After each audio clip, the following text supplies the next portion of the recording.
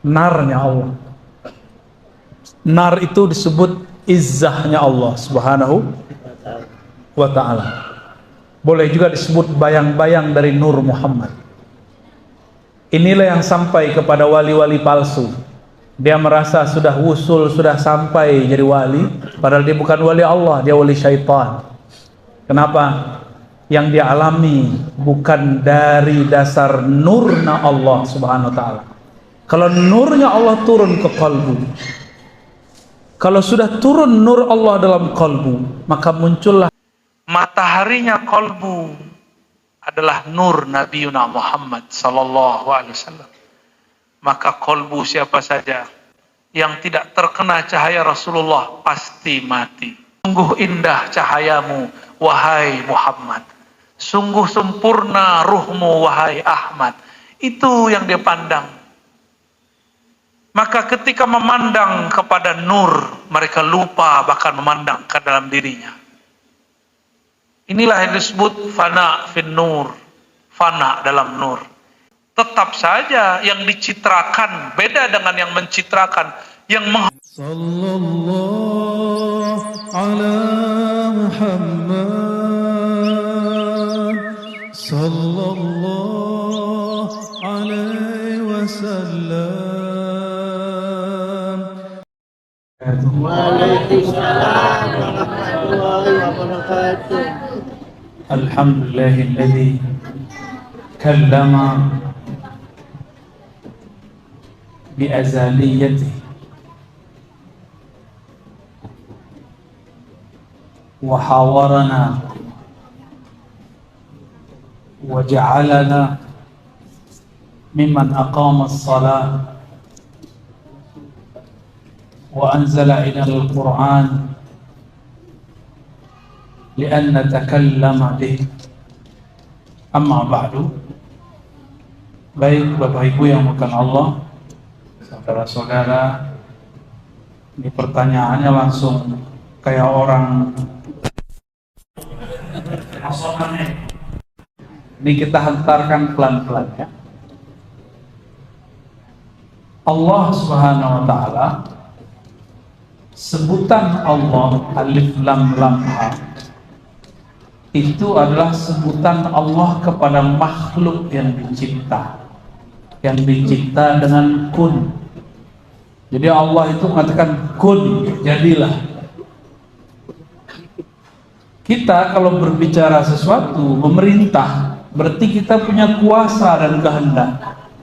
Maka Allah mengatakan kun dengan kuasanya kudrah dan kehendaknya iradah. Ini disebut dengan sifat ma'ani. Sifat apa? Ini yang dipelajari dalam sifat 20. Ini yang disebut dalam Al-Quran, innama amruhu idza arada syai'an ay yaqula lahu kun. Arada iradah. Allah kalau berkehendak cukup kata kun.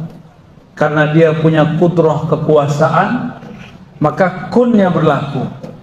Kalau penguasa cukup pakai laksanakan semua. Jadi kun itu laksanakan, kira-kira begitu. Ya. Kun itu dua lafaz, dua huruf, kaf dan nun. Kaf dan nun. Bagi ulama ahli huruf seperti Imam Ibn Arabi Al-Buni, imam-imam yang lain termasuk Imam Ghazali dan masyayikh-masyayikh yang saya talaqi kepada mereka, kun itu maknanya dua. Kaf pertama artinya kamal, kesempurnaan. Nun itu ada dua makna, nur dan yang kedua nar. Ini sudah pernah saya sampaikan di tempat lain.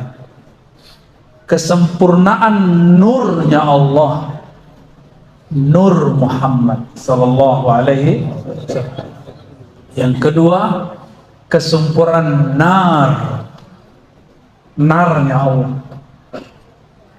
Nar itu disebut izzahnya Allah subhanahu wa ta'ala. Boleh juga disebut bayang-bayang dari Nur Muhammad. Inilah yang sampai kepada wali-wali palsu. Dia merasa sudah wusul, sudah sampai jadi wali, padahal dia bukan wali Allah, dia wali syaitan. Kenapa? Yang dia alami bukan dari dasar nurnya Allah subhanahu wa ta'ala. Kalau nurnya Allah turun ke kalbu, kalau sudah turun nur Allah dalam kalbu, maka muncullah satu kesadaran. Karena cahaya yang di kalbu itu akan menghantarkan kepada hembusan Allah bernama ruh. Jadi di kalbu pakai kun, tapi masuk lagi, dia tambah terang, maka dia tambah melihat asal usulnya dari mana. Bahwa jiwa manusia bukan pada kalbu, tapi dia berasal dari energi yang ada pada ruh. Ruh itu dari lafaz ra, waw, ha. Ruh, satu akar kata dengan rauh. La taqnatu min rauhillah. Jangan engkau putus asa dari rauh. Rauh itu kelapangan daripada rahmat Allah. Maka ruh itu artinya hembusan kasih sayang. Jadi apa yang Allah lafazkan ketika menghembuskan itu, makna hembusannya kasih sayangnya, lafaznya bisa berupa ruh, bisa berupa sin. Makanya ada Yasin. Sin itu bunyi nafasnya. Oleh Ibnu Katsir ini disebut sebagai nama Rasul. Ya insan, insan kan nama Rasul di Quran. Ya, Yasin, kata Ibnu Katsir, Yasin bermakna ya insan. Insan di situ Nabi Muhammad sallallahu alaihi wasallam. Saya sampaikan itu kepada orang nggak paham dia. Nggak ada tuh nama Muhammad di sini. Lah insan itu nama Nabi Muhammad sallallahu alaihi wasallam. Nggak paham, dia sudah bergelimang cahaya tapi dia tidak tahu itu cahaya. Seperti orang dia bersama wali tapi dia tanya mana walinya, mana walinya. Inilah kejadian pada banyak orang yang hidup bersama kekasih Allah tapi tertutup oleh kebiasaan-kebiasaannya. Ya, jadi apa yang Allah kalamkan itu bisa ruh itu sendiri, kata rahmah. Karena Allah mengatakan inna rahmati sabaqat ghadabi. Rahmatku melewati, mengalahkan murkaku. Maka takdir itu ada dua, Pak. Ada takdir kun di lauh mahfuz, ada takdir rahmah. Itu ayatnya. In rahmatnya Allah ghalabat ghadabi. Hadis qudsi juga ada begitu. Mengalahkan murkaku. Seharusnya jika ada yang membunuh 99 orang, yang ke-100-nya ulama yang dia bunuh, itu mati su'ul khotimah. Tapi karena dia sedang mencari rahmat Allah, maka Allah selamatkan dia. Belum sempat tobat, dia wafat. Belum sempat tobat yang sempurna, baru an-nadam. Apa arti nadam? Nyesal. Baru menyesal. Apa kata tuan guru terakhir? Berapa orang yang kau bunuh? 100. Terakhirnya ulama. 100 terakhirnya ulama. Tapi ternyata pintu Allah masih terbuka. Maka ajaran Islam tidak menuntut kita suci. Ajaran Islam menuntut kita mengakui kalau diri kita kotor. Mau dibuang kemana, Pak, kekotoran yang ada dalam diri? Ya, jangan terlalu berlebihan beragama. Halakal mutanatti'un. Celaka orang-orang yang terlalu berlebihan dalam beragama. Ya, kita nggak diminta suci lahir batin, nggak mungkin, nggak mungkin. Nabi Adam aja masih silap, masih salah, tapi tidak dosa. Keliru belum tentu dosa. Nah, ini bedakan ya. Ada dua perbedaan keliru dengan dosa. Para nabi itu pernah keliru tapi tidak pernah berdosa. Berdosa itu membangkang kepada Allah. Mungkinkah nabi membangkang kepada Allah? Tidak mungkin. Wali mungkin, tapi zahirnya bangkang, batinnya tidak.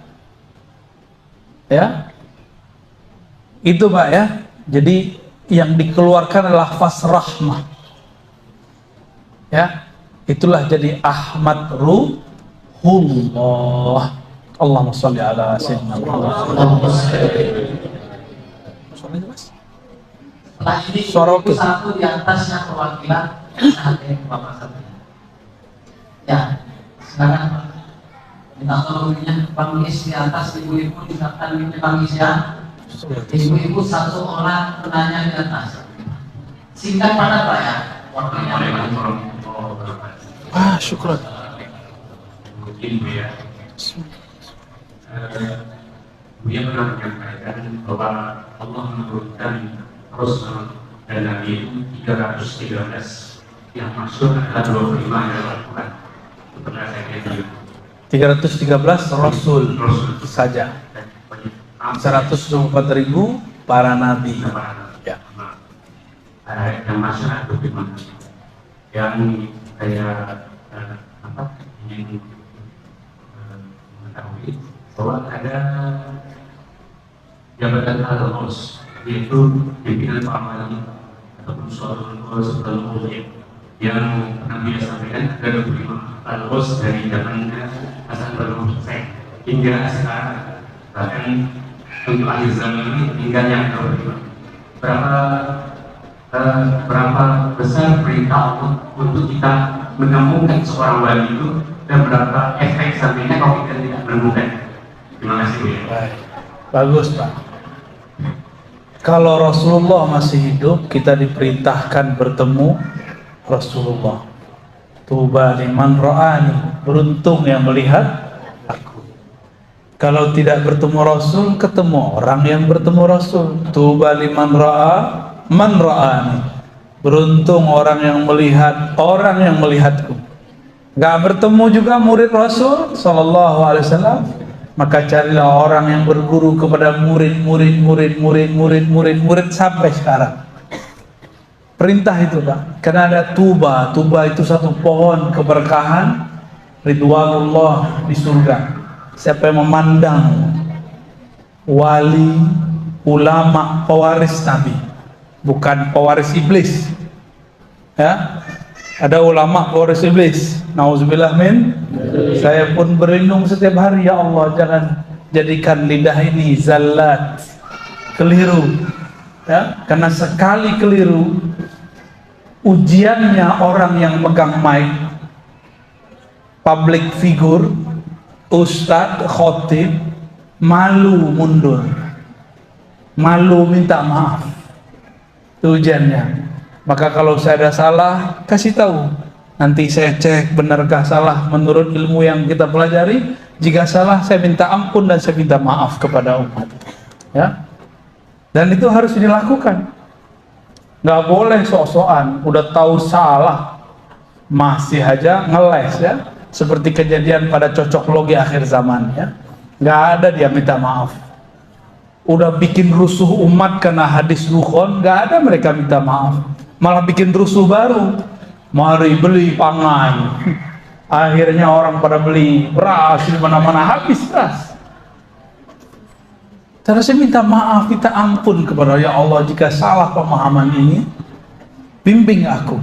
Kepada umat, mohon maaf kami salah memahami teks. Bahaya. Ya. Saya tidak mau kita termasuk kepada orang-orang yang berfatwa bukan dengan ilmu. Jangan ya. Seberapa kuat? Oh, perintahnya kuat Pak. Ya. Di alam Al-Quran dikatakan, ya ayyatuhan nafsul mutmainnah irji'i ila rabbiki radiyatan mardiyah fadkhuli fi ibadi. Itu dulu. Kalau mau masuk surga, pintunya satu, harus bersama orang yang sekapal masuk surga. fadkhuli fi ibadi, maka masuklah ke dalam golongan yang menghambakan dirinya kepadaku. Orang paling merdeka di alam semesta adalah orang yang menghambakan dirinya kepada Allah, karena Allah bukan materi. Menghambakan diri kepada Allah, itulah kemerdekaan sejati. Bebas orang itu. Tapi kalau kita ini hidup mencari fulus, fulus itu materi, capek. Taiba abdud dinar.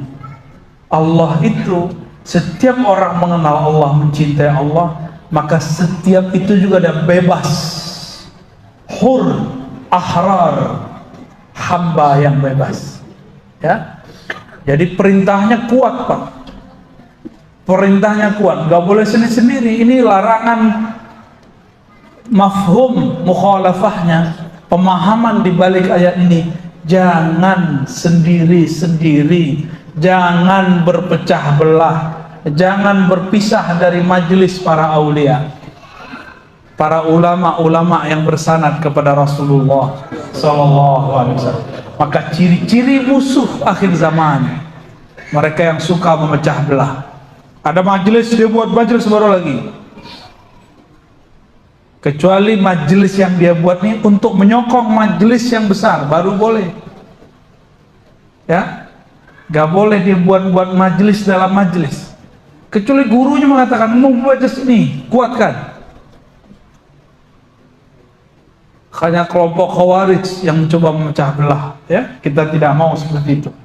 Jika ini terjadi di tarekat, di pergerakan, maka pastikan itu orang yang memecah belah, di dalamnya ada nar, bukan nur. Ya, hati-hati.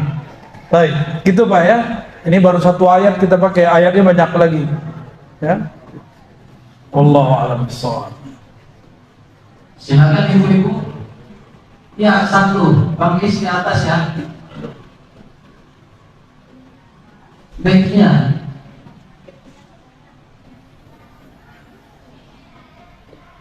Ya, silakan dari situ aja. Silakan. Oh, boleh ditulis. Untuk mengisi kosongan Bapak yang satu tadi sambil menunggu tulisan dari pertanyaan. Silakan.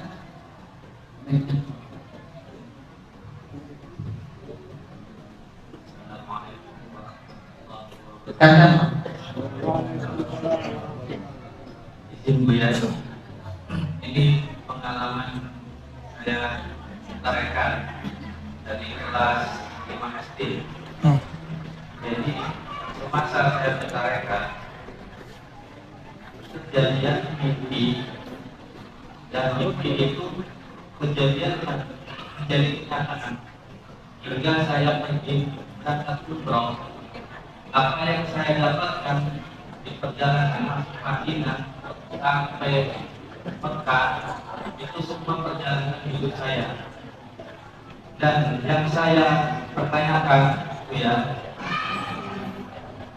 hati ini saya ingin mencari jati diri saya. Cuma sampai sekarang saya sendiri belum tahu mana jurusan saya. Begitu aja ya. Apa pertanyaan? Saya sendiri.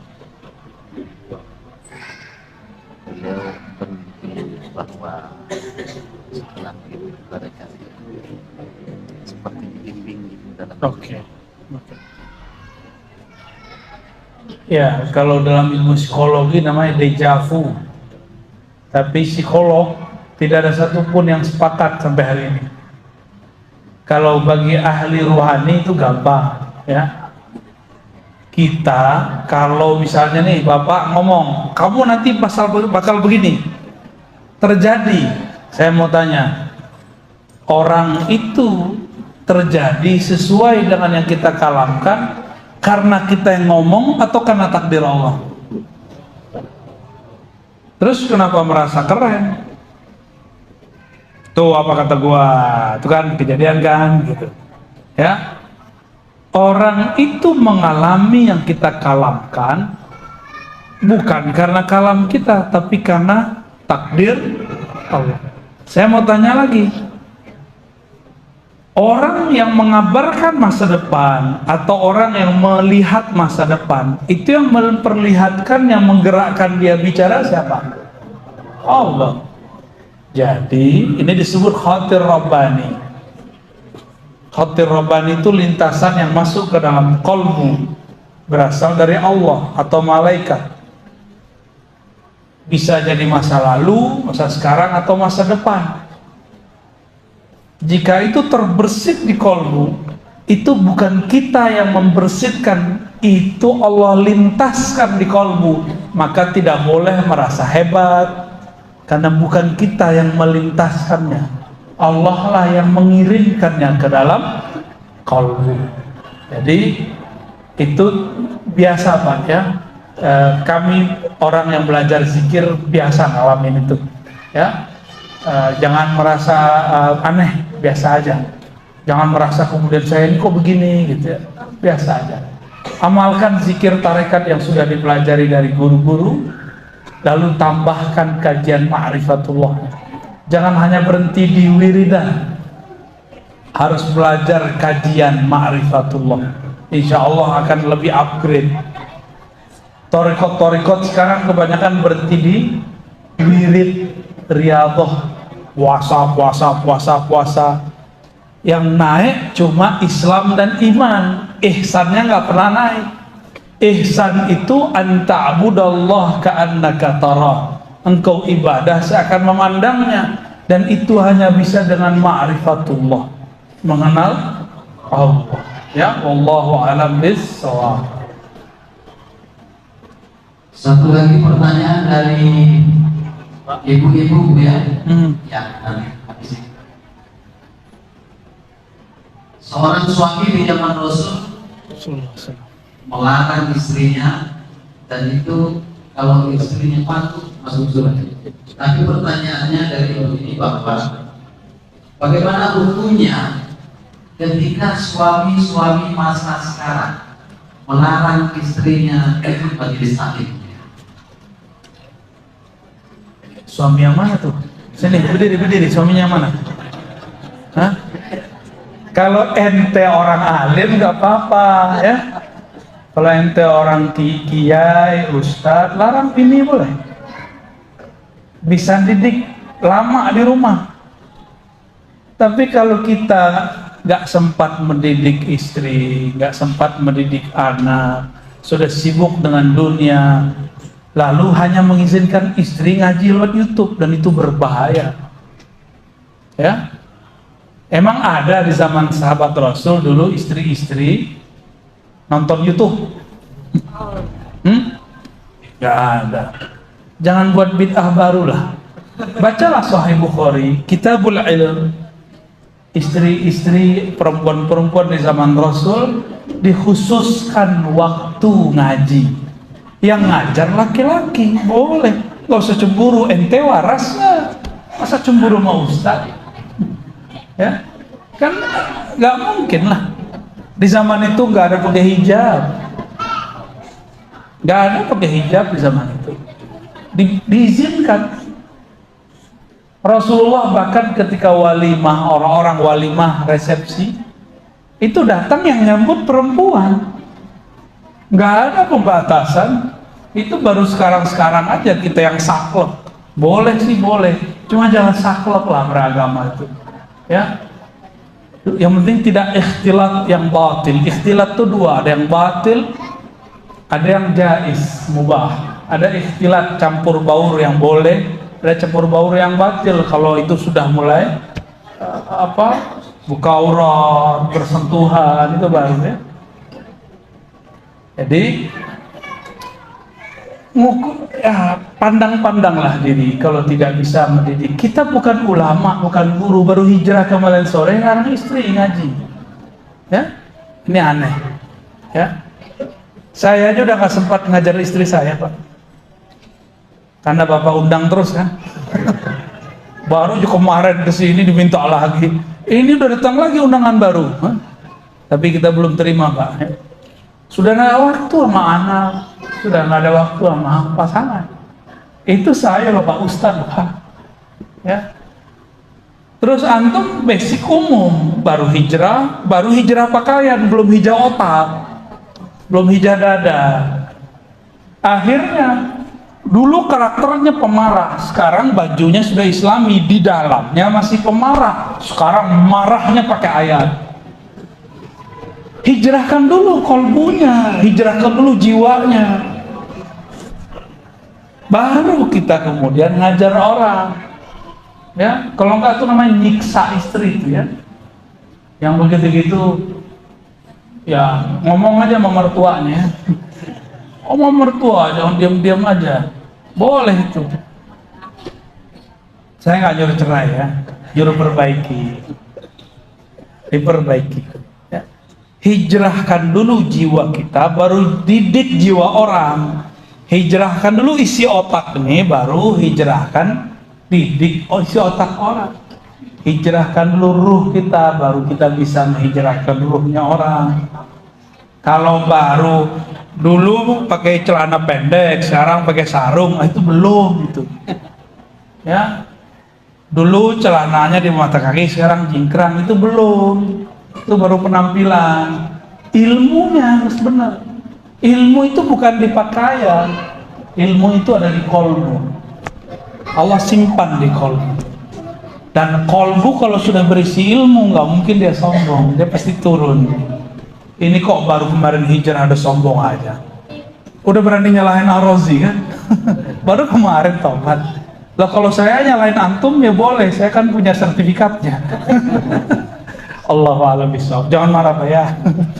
Silakan Bang. Setelah ini dan Ibu satu lagi. Singkat pada.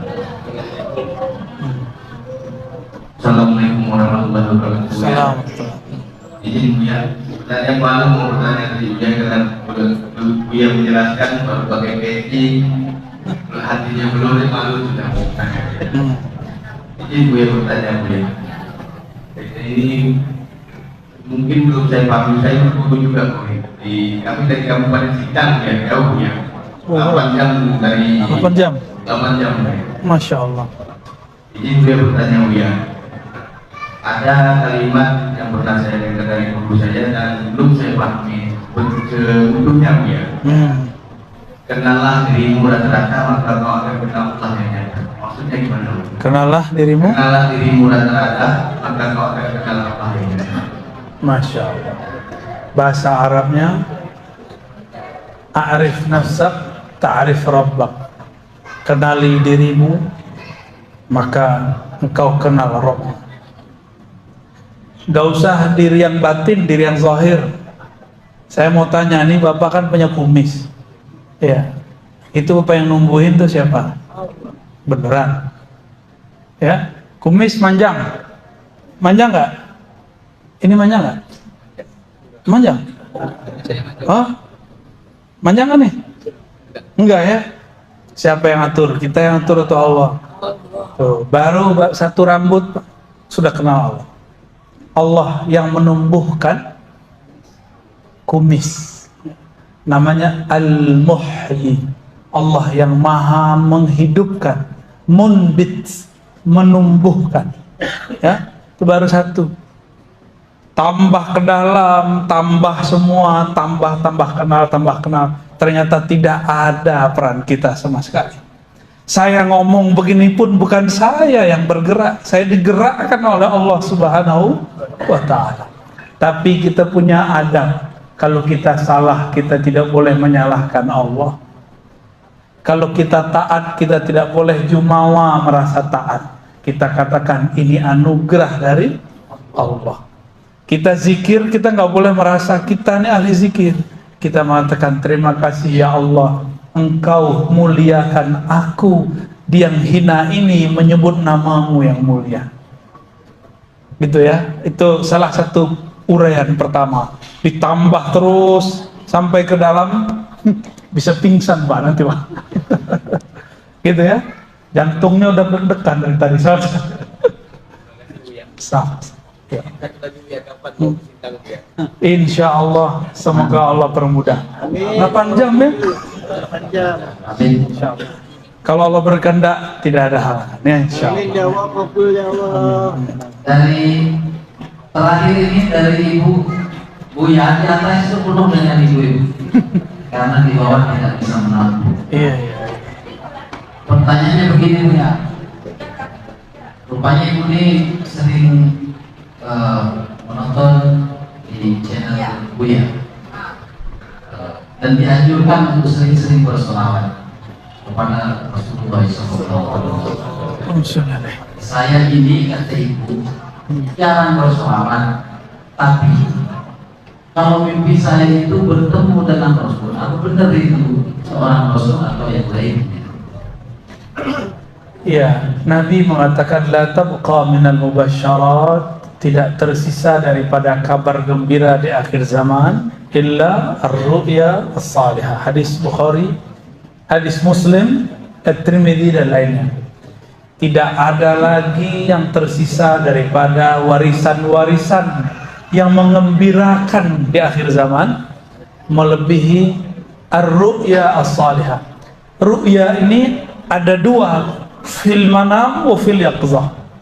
Dalam keadaan tidur disebut mimpi, dalam keadaan jaga disebut mukasyafah. Ya. Dalam keadaan tidur disebut mimpi, dalam keadaan jaga disebut mukasyafah. Mukasyafah itu torikohnya mesti torikoh ruhani. Tidak boleh torikoh selain ruhani, karena kalau selain torikoh ruhani pasti yang bermain jin atau syaitan. Oleh karena itu kita ketat dalam masalah pengalaman rohani. Kita tidak sembarangan terima pengalaman rohani. Bisa jadi itu dari syaitan. Kita tegas-tegas di situ. Meragukan, buang, tidak dianggap. Tapi mimpi ketemu Rasulullah, Nabi SAW mengatakan, fa inna syaitan la yatamatsalu bi. Syaitan tidak sanggup menyerupaiku. Syaitan coba-coba menyerupai Nabi, kebakar dia langsung, hancur dan dia tidak ada bekasnya di alam semesta. Ya, mereka mau naik ke langit ditembak oleh meteor. Menyerupai Nabi dibakar langsung oleh Allah Subhanahu wa Ta'ala. Gak ada yang berani. Kalau ngaku jadi Tuhan bisa. Ini anehnya. Jadi syaitan itu bisa ngaku jadi Allah, tapi kalau ngaku jadi Muhammad gak bisa. Maka kalau ada orang ngaku ketemu Allah belum tentu benar kalau tidak lewat baginda Rasul sallallahu alaihi wasallam. Tapi dia bertemu Rasulullah dulu, lalu bertemu Allah, itu hak. Ya. Namanya musyahadah. Memandang kepada Allah. Semoga Allah memberikan kita tiga ini. Musyahadah, muraqabah, ar-ru'ya as-salihah. Amin ya rabbal alamin. Sudah. Alhamdulillah. Habis ini kita di masjid apa? Surau masjid ya? Masjid Raya Mujahidin. Oke. Nanti doanya di sana aja ya. Saya diminta untuk ngasih apa ini? Penyerahan Ya. ya. Ke Pak siapa nih? Kepada Pak Zainal Abidin di Selatan. Sebelumnya saya sampaikan Assalamualaikum warahmatullahi wabarakatuh. Mau ngaji apa nih? Akidah, tasawuf, hadis. Sukanya tasawuf terus ya. Ayat yang dibaca imam kita tadi itu dalil bertasawuf. Allahu nurus samawati wal ardh. Allah lah nur langit dan bumi. Nur Allah itu disebutlah Nur Muhammad sallallahu alaihi wasallam. Kenapa Nabi Muhammad disebut Nurullah? Awal Allah meniupkan ruh. Kita boleh sebut ruh itu bernama Ar-Ruh Al-Akbar. Apa namanya? Ruh Agung. Allah menamakannya dengan nama yang mirip dengan ahadiyahnya. Jika Allah menyebut dirinya Qul huwallahu ahad, maka hembusan pertamanya disebut dengan Qul huwa Ahmad. Disebut apa? Ahmad. Apa beda Ahad dan Ahmad? Ada mim. Betul. Ada mim. Mim itulah yang disebut dengan pandang Allah kepada Ahmad. Dari mim itu dikeluarkan menjadi Muhammad. Apabila Allah memandang kepada Ar-Ruh Al-Akbar tadi, Ahmad. Ar-Ruh itu keringatnya mengeluarkan cahaya. Cahaya itulah yang disebut Nur Muhammad sallallahu alaihi wasallam. Nur itulah yang memecah menjadi. Maka jumlah 124.000 nabi bukan cocok logi, memang dari sananya. Jadi arwah-arwah suci itu awalnya cuma 124.000, tapi satu itu bisa memancarkan cahaya yang banyak. Karena ada cahaya itulah hati kita bisa hadir di masjid di pagi hari. Karena cahaya itulah maka kita tersentuh untuk berselawat kepada Nabi sallallahu alaihi wasallam. Betapa dahsyatnya cinta umat akhir zaman. Dia belum pernah bertemu Rasulullah, tapi dia merindukan Rasulullah. Betapa hebatnya makrifat mereka tentang Nabi Muhammad. Meskipun tidak bertemu fisik, tapi mereka betul-betul kenal Nabi Muhammad sallallahu alaihi wasallam. Namun Allah tidak mau sang Nabi ini muncul, dibangkitkan lebih awal. Meskipun dia sudah Nabi pada masa azaliyah. Ahmad itu adalah nubuat pertama. Jadi Ahmad itu nubuat pertama. Itulah makna hadis qudsi ketika Nabi ditanya, "Man tabata kunta nabiyan?" Kapan engkau jadi nabi? Jawaban beliau, Adam baina ruhin wa tin. Adam masih tanah. Adam belum dicipta. Aku sudah jadi nabi. Maka Nabi Muhammad diangkat jadi nabi bukan umur 25. Tidak ada dalil yang mengatakan beliau diangkat umur 25. Semua dalil yang sahih menyebutkan beliau diangkat sebelum alam semesta ini Allah ciptakan. Yang pertama dihembuskan itulah nubuat Ahmad, kenabian Ahmad. Jadi Nabi Muhammad itu makhluk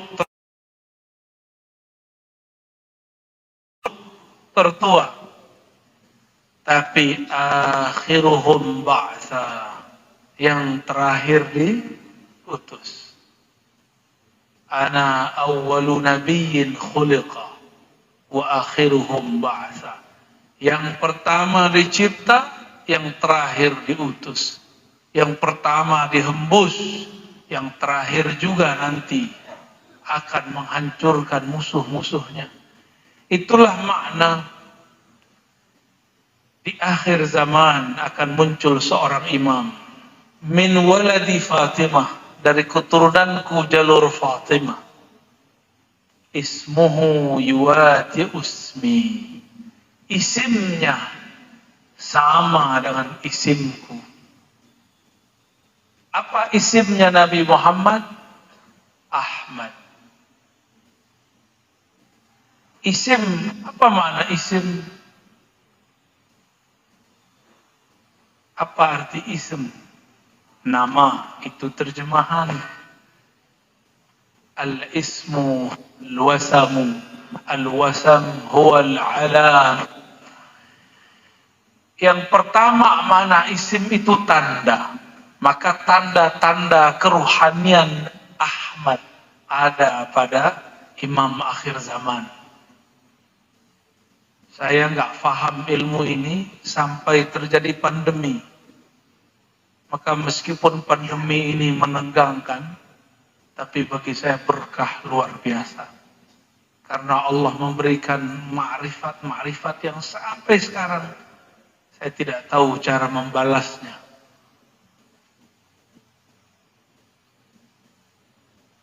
Makna kedua daripada ism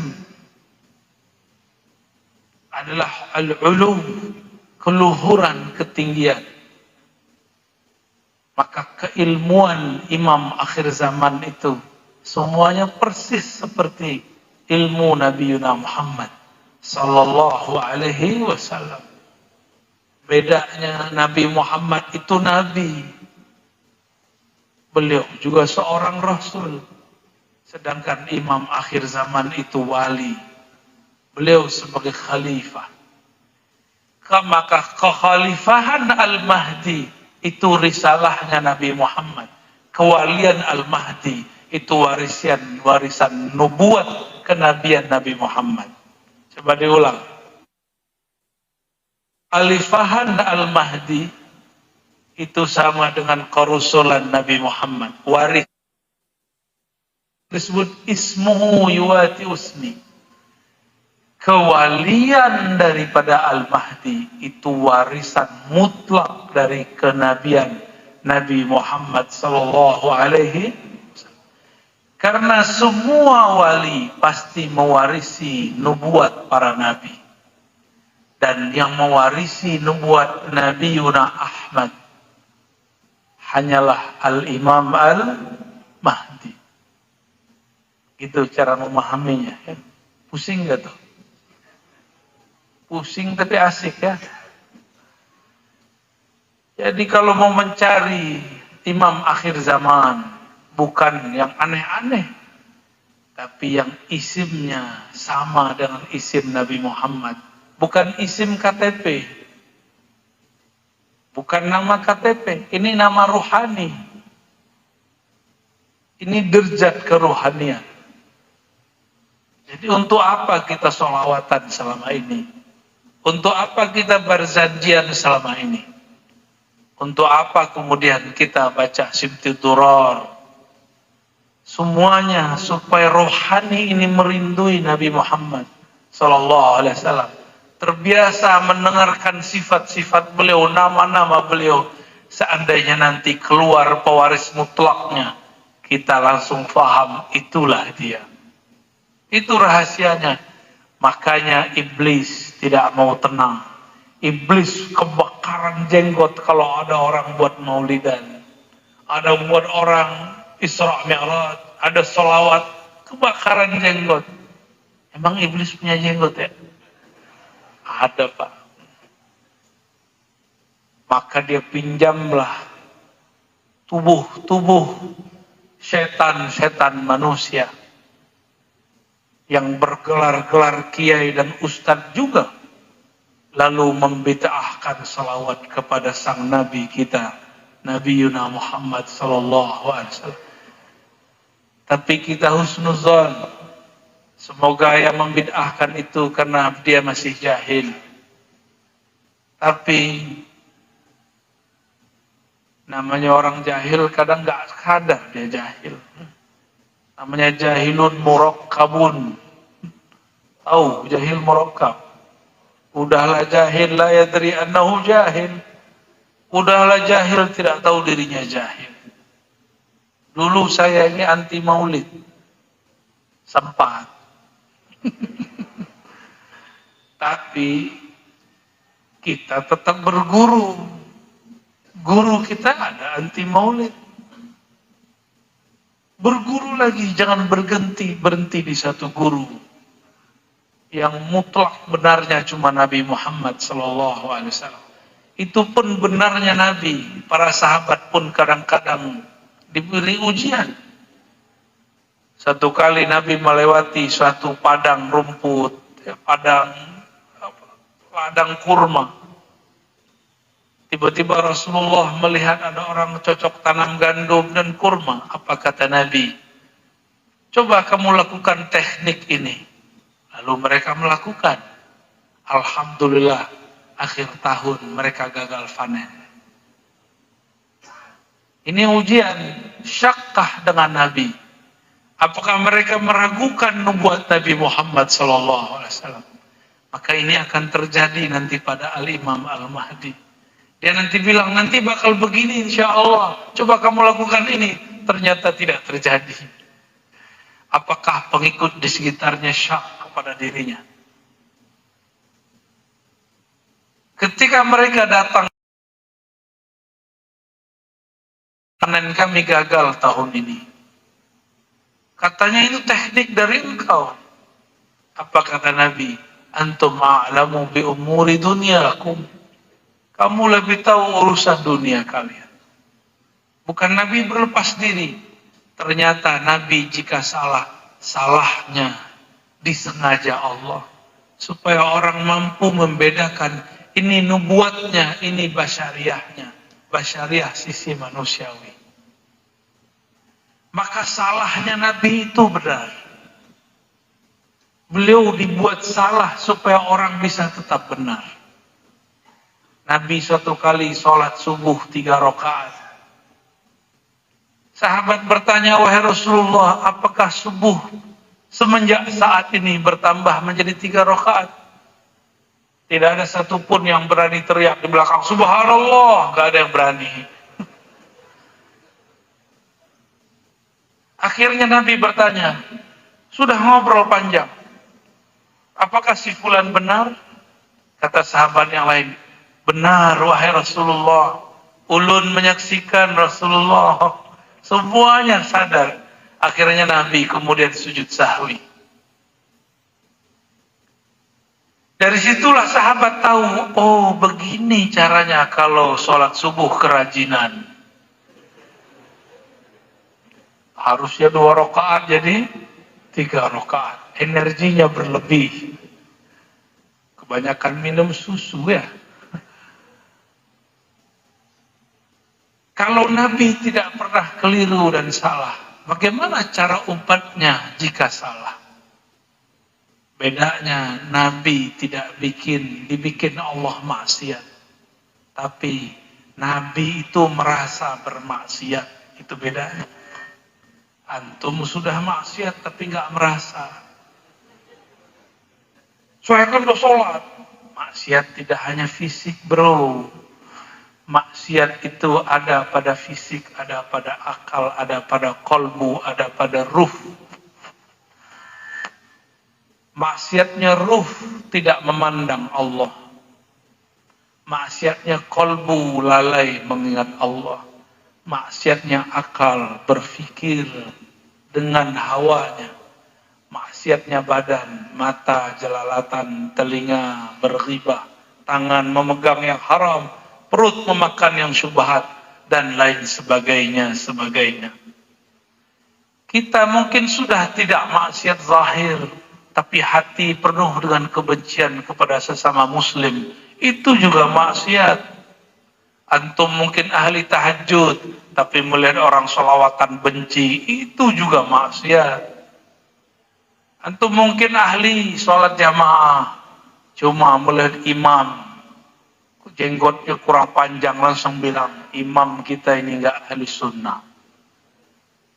Maksudnya rektor kita ya.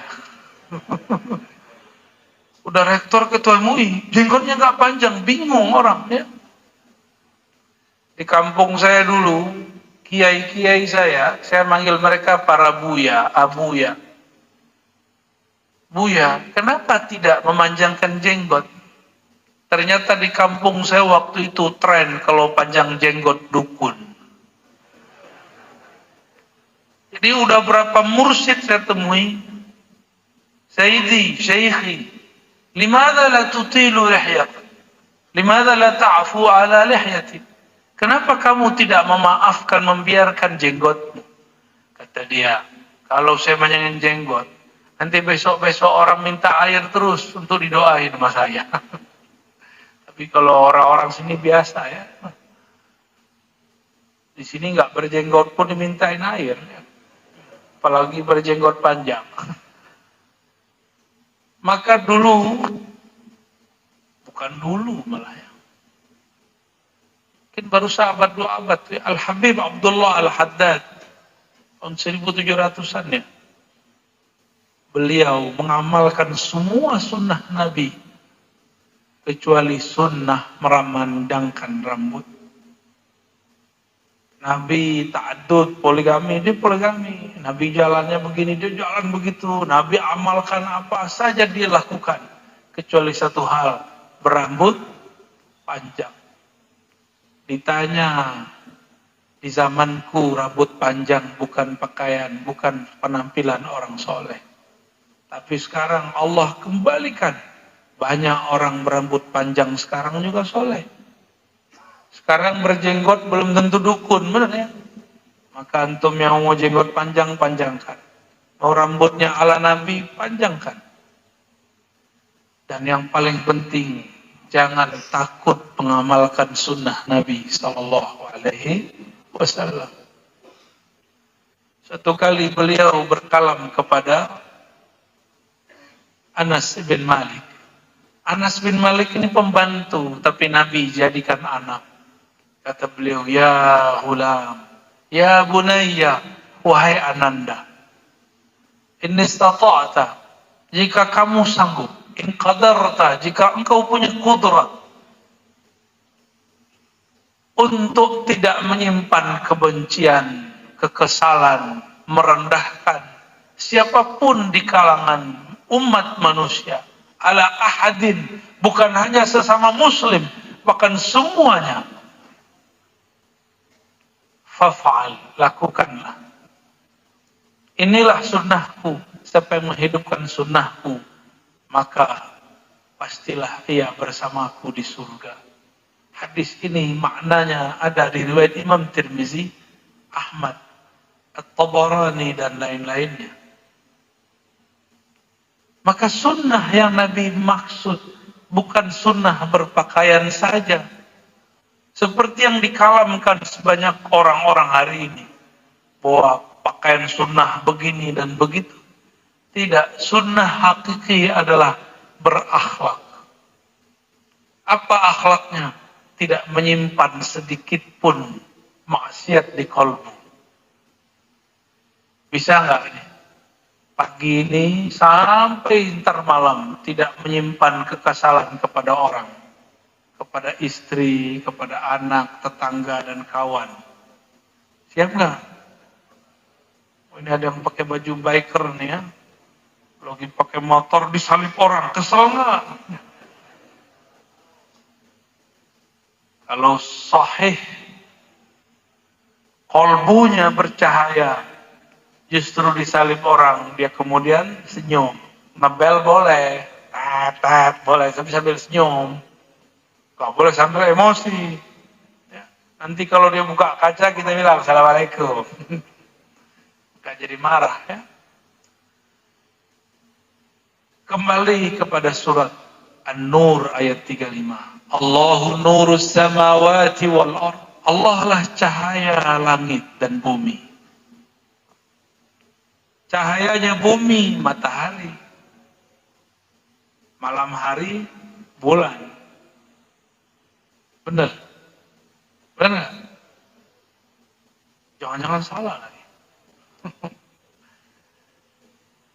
Tapi matahari masih terbenam. Maka cahayanya bumi tidaklah abadi. Kalau ada pohon tidak kena matahari, hidup nggak? Mataharinya kalbu adalah nur Nabiuna Muhammad sallallahu alaihi wasallam. Maka kalbu siapa saja yang tidak terkena cahaya Rasulullah pasti mati. Kata-kata saya, tidak ada tuh nur-nur Muhammad tuh nggak ada. Yang ada wiru buyutakum bisalati waqti walawatil Quran. Cahayai rumahmu dengan sholat dan baca Quran. Dia ini nggak paham juga. Pemahamannya masih harfiah. Yang mengajarkan kamu sholat siapa? Gerakan sholat itu dari siapa? Dari siapa Pak? Dari Pak Rektor kita? Enggak.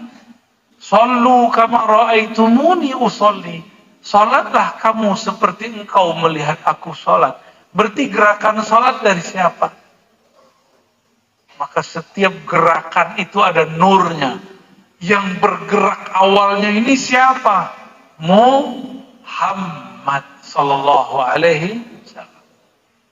Maka nawwiru buyutakum bis salati wa tilawatil Quran. Itu maknanya Quran turun ke siapa? Nabi Muhammad SAW. Akhlaknya Nabi kita apa? Al-Quran. Isi kolbunya Quran. Darah dagingnya adalah nurul Quran. Maka Quran itu cahayanya pada Nabi Muhammad Sallallahu Alaihi Wasallam. Jadi jika disebut terangi rumahmu dengan sholat dan baca Quran, sholat dan baca Quran itu adalah tetesan nur Nabi Muhammad Sallallahu Alaihi Wasallam. Masih kurang Pak dalil Nur Muhammad? Masih kurang? Masih kurang. Kalau udahan kita assalamualaikum.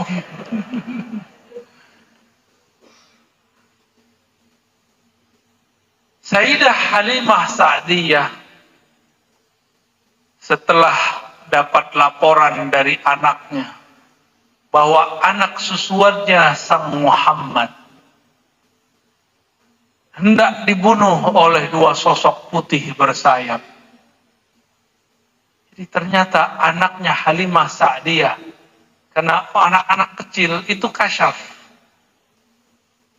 Ini karena sudah tua-tua jadi nggak kasyaf lagi, yang ada kasyful izar. Apa arti kasyful izar? So? Ente nggak pakai izar ya?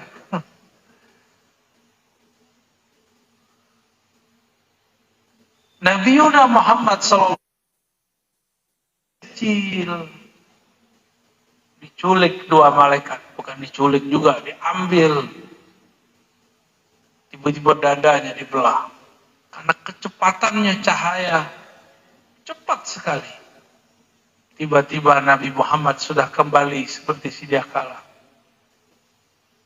Saudara susunya pulang, melaporkan kepada ibundanya, wahai ibunda, saudaraku akan dibunuh oleh dua orang. Cepat selamatkan saudaraku. Maka bergegaslah Halimah Sa'diyah mengejar. Sampai di tempat Nabi Muhammad sudah main lagi dengan keledainya. Sudah main lagi dengan mainan-mainannya.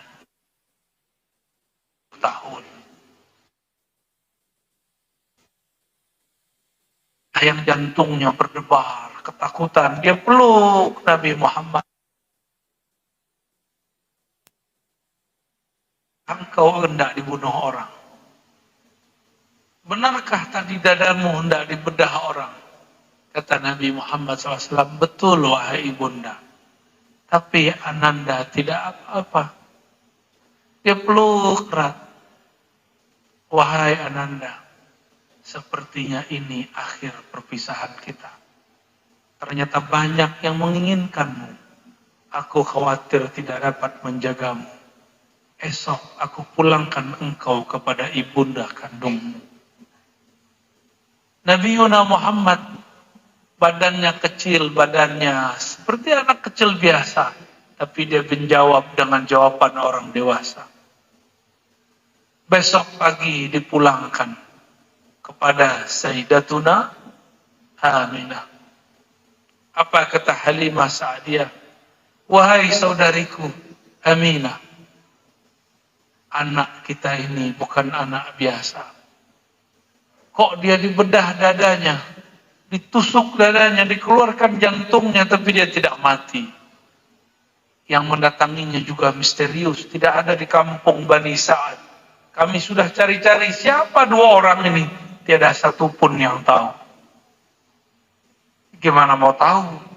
KTP-nya nggak ada di situ, KTP-nya di langit. Apa kata Aminah? Santai aja saudariku.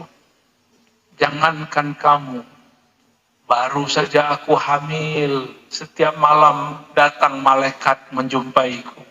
Datang ruh para nabi menyalamiku, semuanya mengatakan, jika engkau nanti melahirkan anakmu, fasammihi Muhammadah, namakan dia Muhammad. Ketika aku melahirkannya, aku tidak melihat bercak darah. Ra'aitu nura, aku melihat cahaya. Cahaya itu menembus jauh ke timur dan barat, utara dan selatan. Ketika memandang ke utara, terlihat istana Rum runtuh. Ke arah timur, istana Persia pun bergetar. Ke timur lagi, menara-menara api yang disembah oleh orang-orang Majusi padam. Seandainya Sayyidah Aminah hendak bercerita, dia pun mungkin cerita tentang tanah Jawi. Cuma tanah Jawi isinya masih hutan belantara. Sudah ada Pak keturunan Siti Konturah, tapi belum banyak. Kitalah keturunan Sayyidatuna Konturah, istri ketiga Sayyiduna Ibrahim alaihi salatu wassalam. Dan sekarang perpaduannya sudah sangat sempurna. Keturunan Siti Hajar menjadi habaib, keturunan Siti Konturah menjadi Bani Jawi. Hidungnya pesek ke belakang. Kalau keturunan Siti Hajar mancung ke depan, Siti Konturah mancung ke belakang, sama-sama mancung. Alhamdulillahirabbil alamin.